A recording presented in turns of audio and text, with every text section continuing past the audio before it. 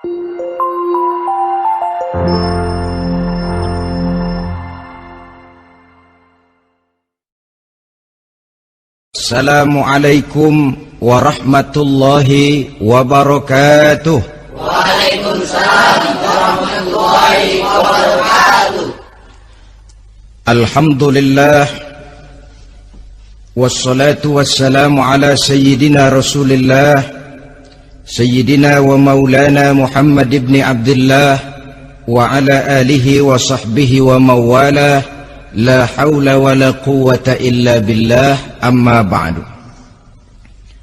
Bapak-bapak, ibu-ibu, saudara-saudara kaum muslimin rahimakumullah. Sudah menjadi keyakinan dalam kehidupan kita bahwa segala yang ada permulaannya tentu akan ada penghabisannya. Setiap yang punya awal mesti akan punya akhir. Tidak ada keabadian dalam kehidupan dunia ini. Semuanya datang dan pergi silih berganti, berubah oleh pergeseran masa dan pertukaran waktu. Demikianlah kalau kita mau merenungi kehidupan dari alam di sekitar kita. Sejak dari kehidupan tumbuh-tumbuhan, binatang, sampai kepada kehidupan kita, makhluk bernama manusia. Lihatlah kita manusia misalnya. Dimulai sejak kita terlahir ke alam ini, keluar dari alam rahim ibu, menjadi bayi yang merah tidak berdaya, untuk kemudian berangsur meningkat menjadi anak-anak. Dari kehidupan anak-anak berubah lagi kita menjadi remaja dengan segala keceriaan dan kelincahannya, dan dari masa remaja naik lagi kita memasuki usia dewasa, untuk kemudian berangsur memasuki hari tua. Lalu setelah kita memasuki hari tua, sehari, seminggu, sebulan, setahun, sampailah kita kepada batas waktu yang telah ditentukan oleh Allah, yang dinamakan ajal, dan bertemulah kita dengan yang disebut maut. Ini merupakan kepastian dalam kehidupan. Kalau saja kita mau merenung perubahan-perubahan yang terjadi pada diri kita, seharusnya membuat kita insaf dan sadar. Dikala remaja kita begitu lincah, punya rambut yang hitam ikal berderai, punya lesung di pipit, punya senyum yang indah menawan setiap orang yang melihat, punya kulit yang kencang dan bersih. Manakala kita memasuki hari tua, perubahan frontal pun terjadi. Kulit mulai jadi keriput, rambut yang tadinya hitam ikal berderai mulai memutih, nikmat berkurang. Gigi yang tadinya utuh dan sanggup mengunyah apa saja, satu demi satu permisi meninggalkan kita. Sangat boleh jadi, dikala remaja kita senyum semua orang terpikat. Dikala hari tua dengan kulit yang keriput dan gigi yang tidak ada lagi, manakala kita senyum, mungkin orang bakal lari dari sekitar kita. Kemana keindahan yang tadinya begitu menawan? Kemana senyum lesung pipit yang tadinya menarik perhatian orang? Pergi meninggalkan kita, berubah oleh pergeseran masa dan pertukaran waktu. Nah, bila maut datang menjemput kita, selesailah kehidupan sampai di situ? Ternyata belum. Kalau lahir merupakan perpindahan hidup dari alam rahim ke alam dunia, maka mati hakikatnya merupakan perpindahan hidup dari alam dunia ini ke alam kehidupan yang berikutnya, yang dinamakan dengan alam barzah. Andai kata hidup cuma sekali, secara moral kita sanggup berkata, alangkah tidak adilnya Tuhan. Kenapa? Dalam kehidupan ini kan aneka ragam terjadi. Ada orang yang zolim, ada orang yang dizolimi. Ada orang yang membunuh, ada orang yang terbunuh. Ada orang yang kaya, ada orang yang miskin. Ada orang yang jujur, ada orang yang menghalalkan segala cara. Sehingga banyak ketidakadilan yang terlepas daripada pengadilan dunia. Lalu orang pun bilang, di dunia ini katanya banyak pengadilan tapi sulit keadilan. Di dunia ini mudah mencari pengadilan tapi sulit untuk mencari ketidakadilan. Andai kata hidup cuma sekali, tidak akan ada hidup sesudah hidup yang sekarang ini. Bagaimanakah nasib mereka yang lepas dari pengadilan dunia ini? Alangkah tidak adilnya Allah, andai kata tidak ada kehidupan sesudah hidup yang sekarang. Tentulah akan terjadi di mana orang menghalalkan segala macam cara untuk mencapai tujuan. Yang penting kan saya kaya, yang penting kan saya punya jabatan dan kedudukan tinggi. Kalau perlu jilat atas, kalau perlu sikut kiri kanan, sikut kiri kanan, kalau perlu injak bawah, injak yang bawah. Ini prinsip daripada orang-orang komunis, dan pantas karena mereka tidak percaya kepada kiamat. Pantas karena mereka tidak percaya akan adanya kehidupan sesudah hidup yang sekarang ini. Maka saya menghimbau kepada seluruhnya, kita sudah kadung menyepakati negara ini berdasarkan Pancasila. Kita sudah kadung konsensus bahwa PKI dengan seluruh ajarannya tidak punya hak hidup di bumi Pancasila yang kita cintai ini. Maka salah satu ajaran PKI tujuan menghalalkan cara. Kita orang Indonesia yang berbudi pekerti luhur, yang punya nilai budaya tinggi, janganlah sampai mencaci PKI, membubarkan PKI, mengutukkan PKI, tapi dalam kehidupan sehari-hari prakteknya prinsip komunis kita pakai. Apa itu? Tujuan menghalalkan cara. Asal sudah tujuan tercapai, cara apapun saja halal. Itu pandangan hidup orang yang tidak percaya kepada adanya hari akhirat. Sebagai muslim yang yakin akhirat ada, kiamat pasti akan datang. Hidup tidak cuma sekali. Maka kalau kita zalim, kalau kita berbuat aniaya, kalau kita melakukan korupsi, kalau kita merugikan orang lain, boleh jadi kita terlepas daripada pengadilan dunia. Tapi ingatlah, kita tidak akan pernah lepas dari pengadilan Allah, pengadilan Qadhi Rabbul Jalil, di mana kita akan diadili dengan seadil-adilnya, dan tidak satu perbuatan yang bersifat salah, yang bagaimanapun kecilnya, yang akan lepas dari pengadilan di akhirat itu nanti.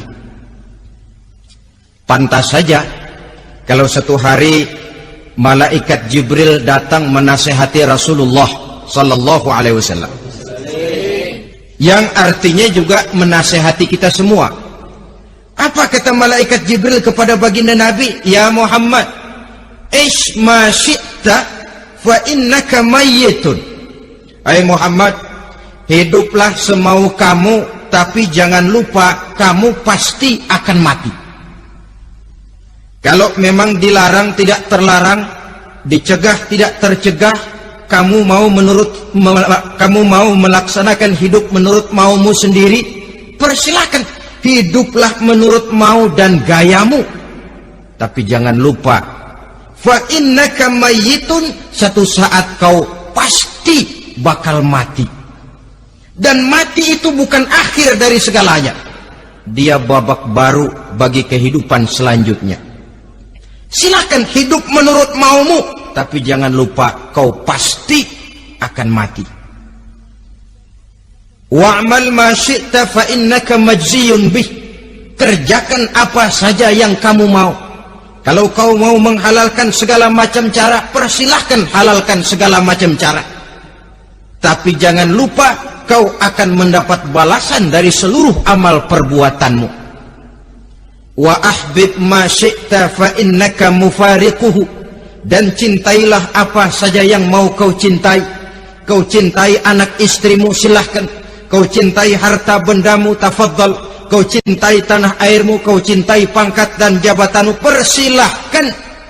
Tapi jangan lupa, fa innaka mufariquhu, kau pasti akan berpisah dan akan meninggalkan segala yang kau cintai itu. Apa artinya ini buat kita? Ternyata sesudah maut datang menjemput kita, ada kehidupan sesudah hidup yang sekarang ini. Ini yang mendorong kita untuk dalam kehidupan di dunia ini tidak melakukan prinsip saenake dhewe, semaunya sendiri saja, asal perut kenyang, asal pangkat tinggi, asal harta dapat. Masa bodoh dengan merugikan orang lain, masa bodoh dengan menipu orang lain.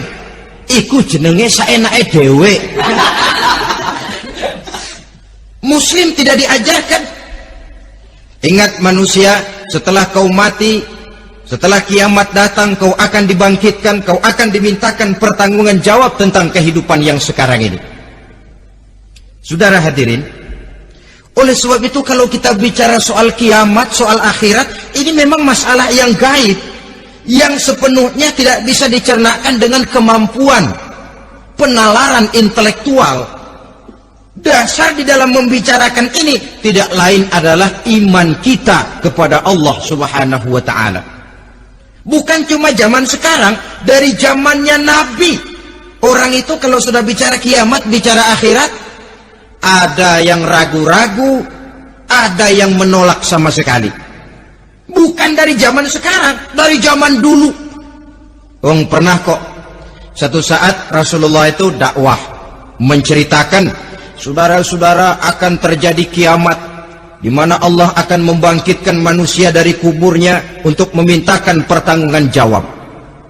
Ini dalam dakwahnya Nabi pidato macam itu. Apa reaksi orang?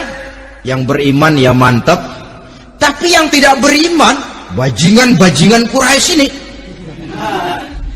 mereka bertepuk tangan, mengejek, mencaci. Malahan ini yang luar biasa, ada dua orang kafir namanya Ubay bin Ka'ab dan Al-As bin Wa'il. Mendengar pidato macam ini, mereka buru-buru pulang ke rumah. Ngapain? Ngambil pacul. Lalu berangkat nyari kuburan tua. Dia gali itu kuburan, tulang-tulangnya diangkut, dibawa ke depan Nabi. Ya Muhammad, tulang-tulang yang udah hancur begini, siapa yang bisa ngidupin lagi? Yang macam-macam aja kamu Muhammad, nggak rasional, nggak masuk akal. Allah menjawab. Apa kata Allah? وَضَرَبَ لَنَا مَثَلًا وَنَسِيَ خَلْقَهُ قَالَ مَنْ يُحْيِي الْعِظَامَ وَهِيَ رَمِيمٌ قُلْ يُحْيِيهَا الَّذِي أَنْشَأَهَا أَوَّلَ مَرَّةٍ وَهُوَ بِكُلِّ خَلْقٍ عَلِيمٌ. Mereka memberikan perumpamaan kepada kami, kata Allah. Mereka melupakan asal kejadiannya. Mereka bertanya, siapa yang sanggup menghidupkan tulang belulang yang sudah hancur kayak begini? Qul yuhyiha allazi ansha'aha awwala marrah. Katakan kepada mereka Muhammad, yang akan menghidupkannya adalah dia yang telah menciptakannya pertama kali dulu. Kalau dia sanggup menciptakan, dia tentu lebih sanggup lagi untuk mengembalikan reproduksi ciptaan itu sebagaimana semula. Yang paling kasihan yang ragu-ragu. Akhirat itu ada apa enggak sih? Kiamat itu ada apa enggak sih? Lantaran ragu-ragu, terombang-ambing dia antara harapan dan putus asa, antara kenyataan dan idealisme. Ada yang buta sama sekali 100% terhadap keadaan-keadaan sesudah mati. Perhatian mereka hanya tercurah kepada kehidupan sebelum mati. Yang mereka perhatikan siang dan malam tidak lebih daripada urusan perut. Pergi pagi, pulang sore, peras keringat, banting tulang. Cuma soal makan, soal minum, soal pakaian, soal kendaraan, soal rumah tangga, soal anak, soal istri. Yang mereka pentingkan hanya soal-soal politik misalnya. ekonomi, pembangunan dan industri. Untuk soal-soal kayak begitu, dia betul habis seluruh waktu untuk memikirkan, meningkatkan kebudayaan, politik, sosial, ekonomi. Kadang-kadang kurang tidur, kurang istirahat, berkeliaran ke sana kemari ke tempat yang jauh-jauh, sampai kadang-kadang terkena stres, penyakit darah tinggi, ginjal, lever, untuk memikirkan hal-hal yang semata-mata karena dunia saja. Lantas boleh jadi mereka mendapatkan kekayaan yang berlimpah ruah, mendapatkan kedudukan yang tinggi, nama yang semerbak, dikenal orang di barat dan di timur, di utara dan di selatan. Tetapi alangkah kecewanya mereka jikalau datang ajal menjemput nyawa, mati mereka, meninggalkan harta yang banyak, nama yang masyhur. Mereka disebut dengan jasa-jasanya. Radio memberitakan, TV menyiarkan, koran-koran memuat. Bahkan nama mereka kadang-kadang dikenang 2-3 tahun setelah wafatnya. Tetapi dalam pada itu, roh mereka merintih, mengeluh, menderita, karena dilemparkan oleh Allah ke tempat-tempat yang kotor. Penyesalan yang sudah tidak akan ada gunanya lagi. Saudara-saudara kaum muslimin rahimakumullah. Oleh karena itu, kehidupan akhirat bukanlah dongeng dan takhayul, bukan khurafat dan khayalan. Kehidupan akhirat, hari kiamat adalah kebenaran dan kepastian. Dalam surah Al-Hajj ayat ke-7, Allah Subhanahu wa taala menyatakan, wa anna as-sa'ata atiyatun la raiba fiha wa anna Allah yab'atsu man fil qubur, dan bahwasanya kiamat itu sesungguhnya adalah sesuatu yang pasti dan tidak ada keraguan-raguan lagi di dalamnya, dan bahwasanya Allah sungguh-sungguh akan membangkitkan manusia dari kuburnya masing-masing. Nah, kalau kita sudah yakin kiamat sesuatu yang pasti adanya, akhirat sesuatu yang pasti adanya, dari mana pembicaraan tentang kiamat ini kita mulai? Tentu dari diri kita. Marilah kita mencoba melihat proses perjalanan hidup ini sampai kita memasuki kiamat. Hadirin, tidak ada makhluk secantik manusia. Tidak percaya, pernah keragunan? Nah, saudara masuk ke kebun binatang, segala macam makhluk ada di situ, ratusan macam jenis binatang. Bandingkan dengan saudara, kira-kira cakep mana?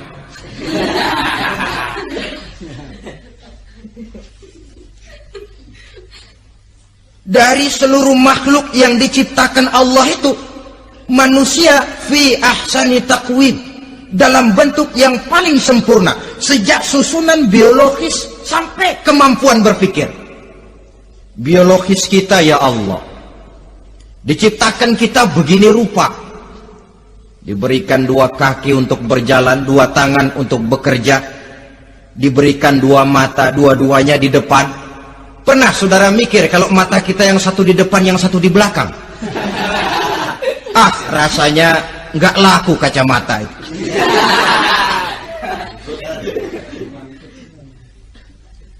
Diberikan hidung dengan 2 lubang, tahu betul Allah ke bawah lagi lubangnya. Coba pikir kalau lubang hidung kita menghadap ke atas, aduh, kalau musim hujan repot jagain hidung. Laqad khalaqnal insana fi ahsani taqwim. Sungguh telah kami ciptakan manusia dalam bentuk kejadian yang paling sempurna ketimbang makhluk-makhluk Allah lainnya. Nah, kesempurnaan manusia ini oleh karena hidupnya terdiri dari 2 unsur pokok. Pertama unsur jasmani dan kedua unsur rohani, jasad dan roh. Jasad yang terlihat sekarang ini, potongan saudara yang ngejedok di depan saya ini jasad saudara. Ini yang berasal dari sari pati makanan yang dimakan oleh bapak ibu kita. Lalu hasil kerjasama yang baik antara ibu dengan bapak, terwujudlah kita. Kalimat langsungnya, jasad ini berasal dari tanah yang tadi berubah dari bayi, remaja, dewasa, meningkat hari tua. Yang berubah itu jasmani kita. Kenapa? Karena jasmani itu materi, benda, daya tahannya terbatas. Dia berubah oleh pergeseran masa dan pertukaran waktu. Apa ada orang makin tua makin cakep? Jasmani oleh karena dia materi, dia berubah oleh pergeseran masa dan pertukaran waktu. Nah, yang menyebabkan jasmani itu bergerak karena ada roh di dalamnya. Ini yang menyebabkan kehidupan. Ini yang menjadi sumber kehidupan, pusat kesadaran dan pengertian dalam kehidupan manusia. Tanpa roh dalam diri kita, maka jasad kita pernah lihat orang mati. Nah, itu kalau orang mati, coba perhatikan. Apanya yang kurang? Kupingnya masih ada, tapi sudah tidak sanggup mendengar. Matanya masih lengkap, tapi tidak mampu melihat. Jangankan melihat, terbuka saja tidak. Mulutnya masih ada, tapi sudah tidak bicara lagi. Telinganya cukup, tapi sudah tidak sanggup mendengar. Kakinya lengkap, tapi tidak mampu lagi berjalan. Apa penyebabnya itu? Ternyata jasmani kita, jasad ini, manakala sudah ditinggalkan oleh roh, dia tidak akan bisa berdaya apa-apa. Tidak mampu berjalan, tidak pula berbuat, tidak pula bekerja apapun saja. Saudara-saudara, dua-duanya punya kebutuhan. Jasmani ada kebutuhannya, rohani pun ada kebutuhannya. Jasmani yang jelas perlu makan, perlu minum, perlu tidur, perlu pakaian, dan sebagainya. Nah, apabila saat berpisah datang, ajal sampai, berpisahlah roh dan jasad. Dan itulah yang dinamakan dengan maut. Jadi apa sih mati itu? Mati adalah berpisahnya roh dengan jasad. Sebab itu Islam sangat menganjurkan kita untuk banyak-banyak mengingat mati.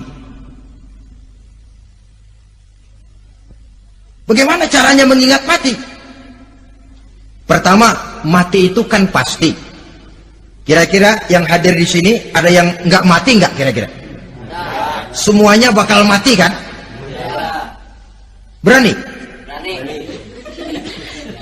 Sekarang mau?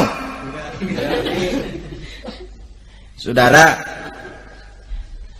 sebenarnya kalau kita merenung lebih jauh, orang itu tidak perlu takut mati. Walaupun tidak boleh terlalu berani menghadapi mati. Karena bagaimanapun takutnya kita kepada mati, toh dia pasti datang. Bagaimanapun beraninya kita mati, kalau belum ajal, ya tidak mati juga. Jadi muslim itu kan harus berani menghadapi hidup dan tidak takut menghadapi mati. Mati adalah sesuatu yang pasti. Muslim dianjurkan banyak-banyak mengingat mati dalam kehidupan. Caranya bagaimana? Pertama, berziarah nengokin teman yang sakit. Ya? Suka nengokin teman yang sakit enggak? Oh, itu pahalanya kata Nabi. Menengok orang yang sedang sakit lebih afdol daripada sholat sunnah 1000 rakaat. Apa pernah saudara sembahyang sunnah sampai 1000 rakaat? Nengokin orang sakit pahalanya lebih afdol daripada itu.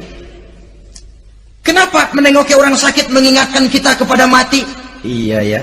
Ini teman saya yang kemarin segar banget, bercanda sama saya, ketawa sama-sama, sekarang terbaring tidak berdaya, hilang kemampuannya, hilang keceriaannya, sakit. Iya, kalau sembuh kalau ajal. Iya, sekarang giliran dia kalau jatuh ke saya. Lalu menghibur teman dengan kata-kata yang enak, yang akan mendatangkan sugesti supaya dia cepat sembuh. Jangan nengokin orang sakit jujur. Sakit apa lu? Perut. Emang teman gua kemarin sakit begini mati ya? Wah, itu orang bisa jadi shock lantaran etika kita tidak akan sampai ke sana. Menjenguk orang sakit akan mengingatkan kita kepada mati. Apalagi ziarah kubur. Ada yang orang tuanya sudah meninggal?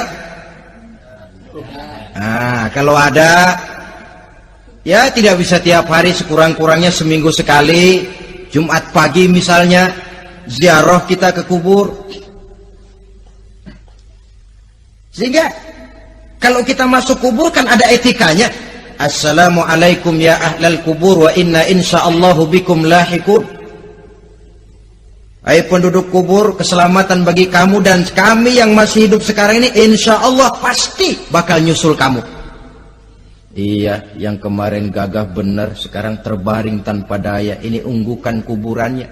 Yang kemarin ada sekarang sudah tidak ada. Kemana dia? Kami satu saat pasti akan begini. Ingat mati. Lalu apalagi yang bisa membuat kita ingat kepada mati? Mengawal jenazah. Bukankah sangat dianjurkan oleh agama? Bahkan kalau bisa sejak mengurusnya, memandikannya, mengkafankannya, menyolatkannya untuk kemudian mengantarnya ke kubur. Hari ini saya antar dia ke kubur, besok boleh jadi saya yang diantar orang. Hari ini saya solatkan dia, besok boleh jadi saya yang disolatkan orang. Hari ini saya masukkan dia ke liang lahat, besok mungkin giliran saya dimasukkan orang ke liang lahat. Ingat mati, tumbuh kesadaran. Lalu daya positifnya dalam kehidupan apa? Nah, saudara-saudara hadirin, orang yang mengingat mati bukan lantas menjadi lemah dalam kehidupan, menjadi putus asa, sedikit semangat, terbentur kesulitan, mudah frustasi. Bukan itu tujuannya kita diperintah mengingat mati. Jelasnya Islam menganjurkan kita untuk mengingat mati guna maksud-maksud yang positif, supaya orang lalu sadar hidup ini cuma sebentar. Maka mumpung hidup, nah ini mumpung, tapi mumpung yang baik. Mumpung hidup, maka hidup yang singkat ini harus saya pergunakan dengan sebaik-baiknya, melakukan kebajikan yang sebanyak-banyaknya, menjauhkan rasa malas, menunggu keajaiban yang datang dari langit, berleha-leha, bermain-main, sementara maut kalau dia datang tidak pernah main-main. Pantas kalau seorang penyair bernama Syauqi memesankan tazawwad bittaqwa fa innaka la tadri idza hanna al-lailu hal ta'ishu ila al-fajri kam min sahihin mata min ghairi illatin wa kam min alilin 'asha hinan min ad-dahri. Persiapkan dirimu dengan takwa, sebab kamu tidak tahu apabila malam datang kamu masih bisa hidup apa enggak besok pagi. Apa ada jaminan saudara yang kumpul di depan saya malam ini besok masih bisa hidup? Tidak. Ada jaminan? Tidak ada sama sekali. Kam min sahihin mata min ghairi illatin. Berapa banyak orang sehat mati nggak pakai sakit lagi. Sebabnya kadang-kadang ringan saja. Ada yang cuma jatuh di kamar mandi mati. Ada yang cuma ketiban pensil. Iya, kalau ketiban pensil 3 peti masa nggak mati. Ta'addadatil asbab wal mautu wahid. Sebabnya boleh jadi macam-macam, tapi mati satu juga, yaitu mati. Dia seperti kelapa yang terlalu tua jatuh ke bawah, yang kembang baru keluar pun jatuh ke bawah. Itulah mati. Dia datang menjemput yang bayi, dia datang mengambil yang anak-anak, dia datang juga kepada yang remaja, kepada yang dewasa, kepada yang tua sekalipun. Jangan yang remaja lalu berpikir, gua rasanya masih jauh banget mau mati. Ini sesuatu yang pasti yang kita tidak pernah diberitahu kapannya. Kalau dikasih tahu kapannya kan kita bisa, umpama malaikat maut datang ke rumah saya, saudara Zainuddin kau mati 80 tahun lagi. Saya kan berhitung, masih lama, poya-poya aja dulu Tapi ini tidak pernah diberitahu kepada kita. Lantaran tidak diberitahu itulah kita perlu bersiap-siap dengan selalu mengingat-ingat mati yang mendorong kita untuk berbuat positif. Satu contoh peringatan mati yang mendatangkan positif pada peristiwa ketika turun perintah hijrah. Ketika di Mekah sudah terpepet turun perintah hijrah. Ini sahabat yang berangkat hijrah, jangan dikira semua bulat hati. Ada yang mikir, kalau saya hijrah berangkat dari Mekah ke Madinah, nanti di tengah jalan dicegat oleh kafir Quraisy lalu dibunuh, mati saya. Takut mati. Allah peringatkan, kullu nafsin za'iqatul maut. Kamu disuruh hijrah saja takut mati, padahal kamu tahu semua yang hidup bakalan mati. Diam saja di Mekah mati, hijrah ke Madinah pun akan mati. Mendengar ayat ini, Sayyidina Umar bin Khattab seperti dibakar semangatnya. Kalau sebagian sahabat hijrah sembunyi-sembunyi, beliau mau hijrah itu malah bajingan Quraisy dikumpulkan ke Ka'bah. Pidato, ya ma'syara Quraisy, dedengkot Quraisy, dengerin. Besok pagi yang namanya Umar bin Khattab mau hijrah dari Mekah ke Madinah. Siapa yang kepengen kepalanya berpisah dengan badannya, persilahkan cegat Umar di jalanan. Besok dengan tenang dia berangkat hijrah, gak ada yang berani nyegat. Tuh Quraisy juga barangkali mikir, gue ngapain nyegat penyakit. Begitu ingat mati, timbul semangat juang, timbul semangat berbuat. Ini ingat mati yang positif, bukan yang melemahkan semangat. Dah jangan kerja rajin-rajin dah, lu bakalan mati. Ini ingat mati yang salah pasang. Ingat mati seharusnya mendorong manusia untuk berbuat lebih tekun. Allah memberikan peringatan, qul innal mauta allazi tafirruna minhu fa innahu mulaqikum. Katakan, maut yang kamu akan melarikan diri daripadanya, yang kamu takuti benar dia pasti akan datang menjemput kamu. Saudara-saudara hadirin yang saya hormati, datangnya memang tidak kita harapkan yang namanya maut, tapi sekali dia datang tidak ada pintu tempat kita lari. Dia memang tidak pernah kita undang, tapi sekali dia datang mengetok pintu, kekuatan apa yang bisa menolak? Dia sebuah tanda seru dalam kehidupan. Apa yang menyebabkan orang takut mati? Pertama barangkali karena dia tidak tahu bagaimana kehidupan sesudah mati. Alam kubur gelap, alam akhirat gelap, sehingga dia bingung. Lantaran bingung lalu jadi takut. Yang kedua boleh jadi oleh bayangan-bayangan dosa yang pernah dia kerjakan di dunia ini. Kerjanya cuma menumpuk dosa. Dia gembira, bahagia, tertawa di atas tumpukan dosanya, merasa segan berpisah dengan seluruh kehidupan ini. Sehingga boleh jadi maut adalah sesuatu yang ditakutkannya benar dalam kehidupan. Tapi bagaimanapun takutnya, tidak ada tempat lari dari dia. Dalam ayat lain Allah jelaskan, aynama takunu yudrikumul mautu walau kuntum fi burujim musayyadah. Di mana saja kamu berada, dalam benteng yang paling tangguh sekalipun, maut pasti akan datang menjemput kamu. Nah, bagaimana caranya maut datang menjemput kita? Bila datang dia, sang malaikat pencabut nyawa, malaikat Israel namanya, hendak mengambil ruh kita. dalam suasana macam begitu, di akhir kehidupan dunia, dalam berhadapan dengan sakaratul maut, terbagilah manusia dalam dua bagian besar. Pertama, yang menghadapi sakaratul maut itu dengan husnul khatimah, baik di akhirnya, sehingga pada saat ruhnya berpisah dengan jasadnya, kelihatan dia seperti senyum, mukanya cerah. Bahkan sebelum itu boleh jadi dia sempat meninggalkan pesan-pesan yang baik. Ada yang sempat azan, ada yang sempat baca Quran. Pernah kan nemui orang yang mau mati seperti itu? Yang sempat azan, yang sempat baca Quran, yang sempat meninggalkan wasiat-wasiat yang baik. Sebab apa? Malaikat maut datang menjemput mereka juga dengan baik-baik. Dicabut ruhnya perlahan-lahan, tapi sungguh pun perlahan-lahan. Pedihnya, sakitnya tetap tiada tara.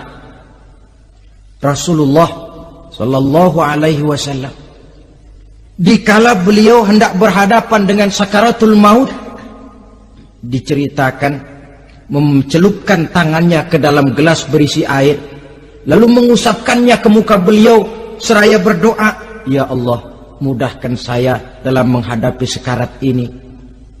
Beliau juga yang mengatakan bahwa sakitnya sakaratul maut sama dengan 300 kali bacokan pedang. Sehingga kita diajarkan doa, di antara doa selamat itu kan ada Allahumma hawwin alaina fi sakaratil, ya Allah, mudahkan saya di dalam menghadapi sakaratul maut itu. Ketika ruh ini keluar dari jasad, mata masih mengikuti ruh itu. Sehingga kadang-kadang ada yang matanya terbelalak dan tidak sempat ditutup, terbuka terus, mengikuti ruh itu keluar dari jasadnya. Adapun golongan kedua, manusia yang ketika berhadapan dengan sakaratul maut mendapatkan su'ul khatimah, jelek di penghabisannya. Sekaratnya sudah setengah mati, lalu jelek juga di akhirnya, mati dalam keadaan yang tidak baik, tidak terpuji. Ada yang lagi megang kartu, mati. Ada yang lagi di tempat ngadu ayam, mati. Ada yang lagi di tempat pelacuran, mati. Ada yang lagi megang botol minuman keras, mati.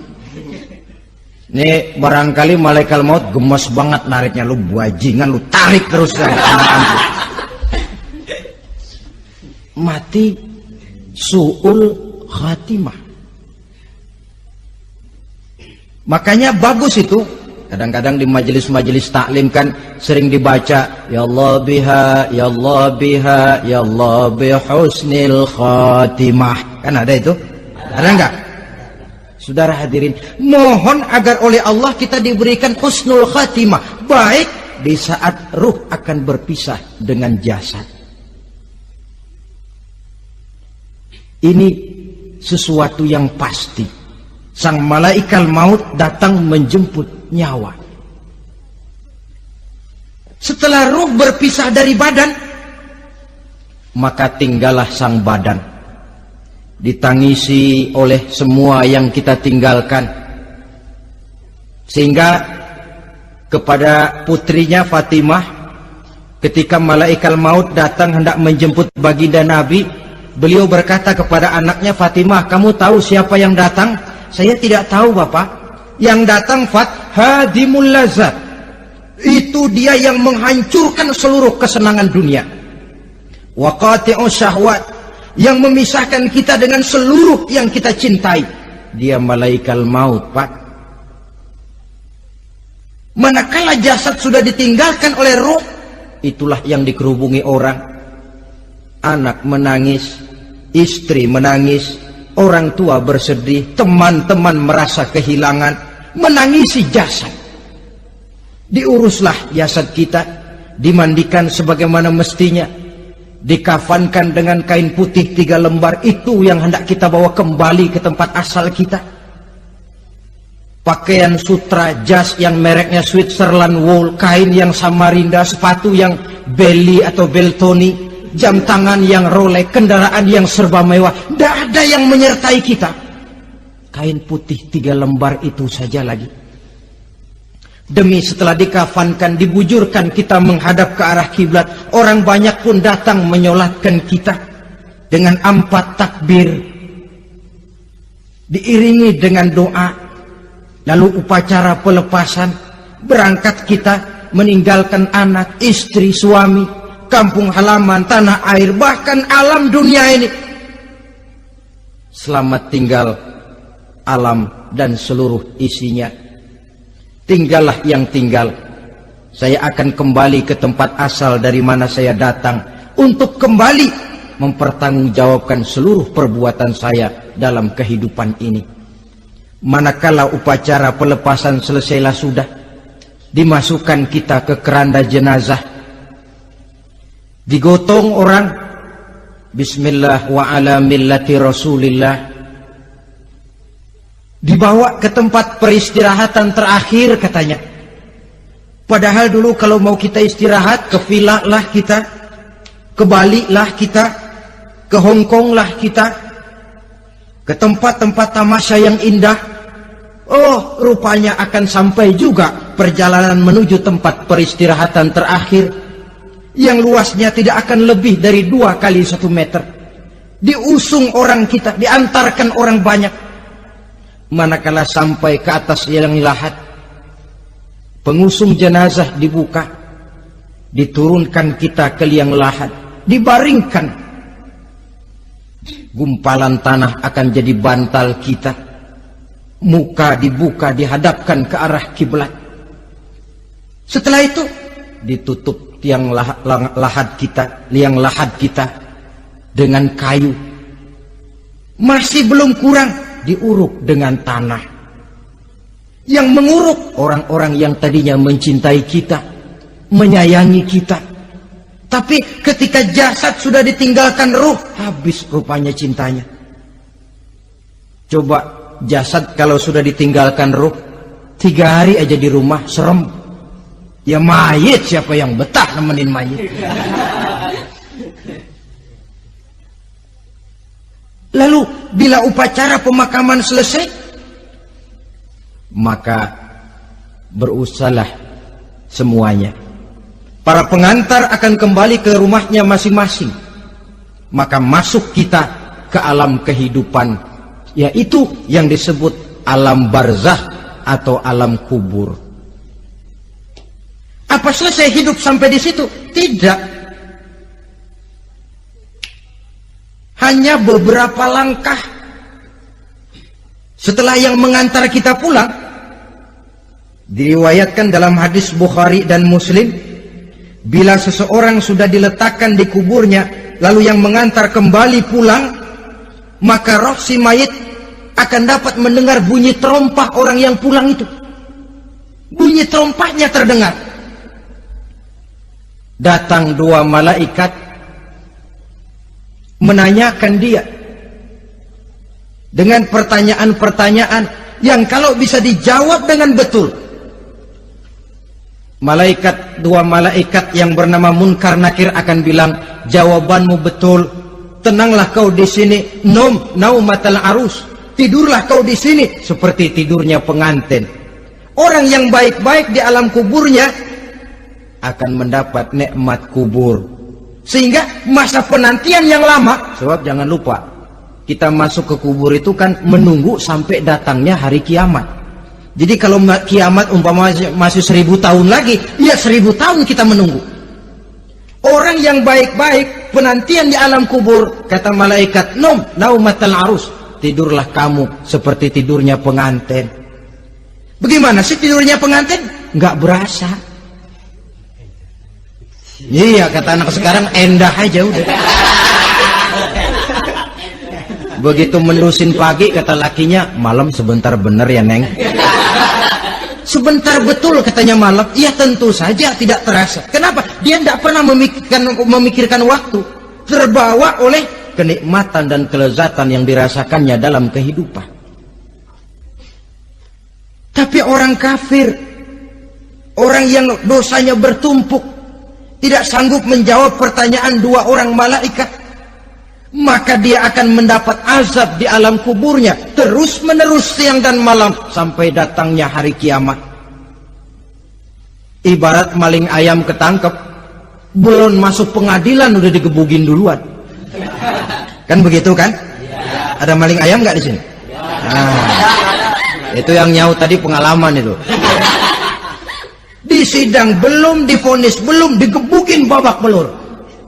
Saudara hadirin, maka alam kubur bisa merupakan raudhatun min riyadil jannah, taman di antara taman-taman sorga, pun juga bisa merupakan hufratun min hufarin niran, menjadi liang daripada neraka. Ada lagi riwayat yang dari Imam Muslim yang diperoleh dari Zaid bin Sabit. Zaid bin Sabit cerita, satu hari kami bersama Rasulullah SAW berada dalam kebun kepunyaan Bani Najjar. Rasulullah sedang duduk di atas keledai. Tiba-tiba entah bagaimana itu keledai terkejut, kaget, berontak, hampir Rasulullah jatuh. Rasulullah kemudian bertanya, rupanya di kebun itu ada kuburan tua, 5 atau 4 kuburan. Rasulullah lalu bertanya, saudara-saudara, ada yang tahu nggak ini kuburan siapa? Nggak ada ya Rasulullah. Memang kenapa? Ini penghuni kuburnya lagi disiksa oleh Allah. Andai kata boleh saya mohon kepada Allah supaya kamu dengar seperti yang saya dengar, andai kata saja kamu kuat mendengarnya, saya pasti akan berdoa. Tapi sayang, saya yakin kamu pasti tidak akan kuat mendengar mereka mendapat azab di kuburnya. Hadis sahih riwayat Imam Muslim dari Zaid bin Sabit. Kehidupan di alam barzah. Pak, iya kalau yang matinya dikuburin. Lah kalau yang matinya diceburin ke laut, dibakar, di medan perang hilang gak ketahuan kemana jenazahnya. Saudara, hilang kek, dikubur kek, di dalam lautan direndam kek, itu kan cuma logika kita. Menurut Allah tidak ada perbedaan orang mati dikubur di dasar lautan, atau dibakar sampai jadi abu, atau gugur di medan perang tidak ketemu jenazahnya. Entah mereka tetap masuk ke alam barzah namanya. Jasad boleh hancur, tapi roh sebagai sumber kehidupan, pusat kesadaran dan pengertian, dia tetap ada, mengalami kebahagiaan dan kegembiraan, atau mengalami kepedihan dan penderitaan, bergantung kepada amalan yang kita lakukan dalam kehidupan di dunia ini. Maka dalam Yasin tadi kan jelas, qul yuhyiha alladzi ansha'aha awwala marrah, yang menghidupkan mereka yang dikubur di dasar lautan, mereka yang dibakar sampai jadi abu, yang akan menghidupkan ialah Allah yang menciptakan mereka dulu pertama kalinya. Jadi kalau sudah ada aslinya, ya tentu tidak perlu contoh lagi, akan sangat mudah membuatnya. Orang tua kita, keluarga kita yang sudah berpulang, mereka di alam barzah sekarang ini bisa mendapat nikmat kubur, bisa mendapat azab kubur, bergantung amalan mereka dalam kehidupan di dunia ini. Dalam Musnad Imam Ahmad dan Sahih Abi Hatim malah ada tambahan riwayat, orang yang banyak kebajikannya di dunia, amalannya akan datang menemani dia. Sholatnya dekat kepalanya, puasa sebelah kanan, zakat sebelah kiri, menghibur dia. Malahan dikatakan berbentuk orang yang cantik menemani dia di alam kuburnya. Aneh, dia tanya, man anta lam ara fid dunya ajmal minka. Siapa kamu? Di dunia ini belum pernah saya melihat orang secantik kamu. Dia jawab, ana amaluka soleh. Saya adalah amalmu yang soleh yang kau kerjakan waktu di dunia. Saya sekarang diperintahkan untuk menemani kamu di sini. Alhamdulillah. Sedangkan amalnya yang jahat akan datang dalam bentuk yang menyeramkan menemani dia di sana. Bayangin deh, di kuburan ditemenin yang serem-serem. Sama juga di dunia, Di dunia, kalau kita di tempat gelap ditemenin orang cakep, enak nggak? Wah, pengalaman. Tapi coba bayangin, sudah tempatnya gelap, yang nemenin jelek nggak ketulungan, gerah kita. Nah, saudara hadirin yang saya hormati, lalu bagaimana tempat arwah-arwah yang sudah kembali menghadap Allah yang disebut mustaqarrul arwah itu? Macam-macam tingkatannya sesuai dengan profesi dan amalannya waktu di dunia. Ada roh-roh itu yang setelah pisah dengan jasad, artinya mati, ditempatkan di tempat yang disebut a'la iliyin, tempat yang tertinggi. Siapa ini? Arwahnya para nabi dan para rasul. Ini fi a'la iliyin, di tempat yang tertinggi. Arwahnya para nabi, arwahnya para rasul. Dan karena kita bukan nabi, bukan rasul, ya jangan mimpi dapat tempat fi a'la iliyin, kecuali kalau Allah menghendaki. Itu hak prerogatif Allah, tapi kan tidak adil kalau Allah melakukan itu. Ini kelompok roh-roh yang masuk golongan VIP. Wah, the first class. Para nabi, para rasul. Lalu ada pula roh-roh itu yang setelah pisah dengan jasadnya diumpamakan seperti burung-burung hijau yang berterbangan di perkebun-kebunan surga. Roh siapa mereka ini? Rohnya para syuhada, orang-orang yang mati syahid gugur membela agama. Nah, ini bedanya orang mati syahid dengan pahlawan, ya. Apa bedanya syuhada dengan pahlawan? Kalau syuhada, orang yang gugur membela agama, niatnya karena Allah, mati syahid. Kalau pahlawan, orang yang gugur membela negara, orang yang dianggap berjasa kepada pemerintah. Klimaksnya, kalau orang mati syahid jelas surga, tapi pahlawan belum tentu surga. Kenapa? Bergantung kepada negara macam apa yang dibelanya dan pemerintah model mana yang dibelanya. Di negara-negara komunis misalnya, banyak nggak pahlawan? Banyak. Dengan sekian tanda jasa yang mati di medan perang dan sebagainya. Kira-kira pahlawan komunis masuk surga nggak? Ya, kalau pahlawan komunis masuk surga, kita nggak kebagian kapling di surga barangkali. Inilah bedanya pahlawan dengan orang mati syahid. Kemudian ada pula roh itu yang tertahan di pintu surga. Tertahan di pintu surga. Ini seperti tadi, orang yang mati syahid tapi masih ada kaitan di dunia. Rasulullah pernah ditanya orang, ya Rasul, kalau saya maju ke medan perang bela agama, mati syahid, apa saya masuk surga? Iya, masuk surga. Kecuali kata Nabi, kalau masih punya utang. Nah, tertahan di pintu surga.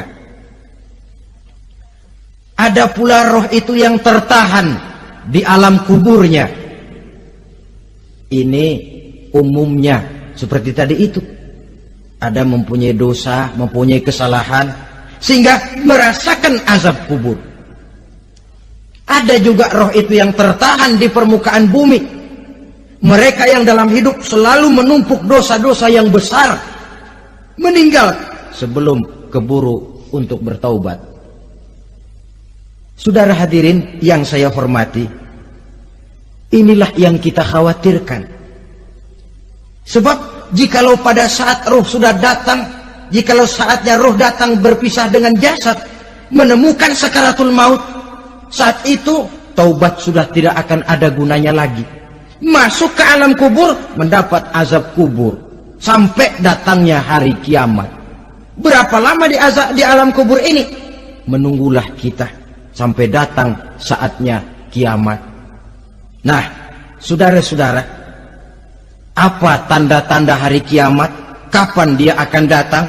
Bagaimana hal ihwal manusia pada saat terjadi kiamat? Bagaimana alam ini? Bagaimana perhitungan di padang mahsyar? Insya Allah akan saya ungkapkan pada bagian kedua dari ceramah ini. Insya Allah kita akan lanjutkan pembicaraan ini sampai kepada terminal paling akhir, surga dan neraka. Inilah saja pertemuan kita pada kesempatan kali ini. Terima kasih banyak atas segala perhatian. Mohon maaf atas segala kekurangan. Wabillahi taufiq wal hidayah. Wassalamualaikum warahmatullahi wabarakatuh. Waalaikumsalam warahmatullahi wabarakatuh.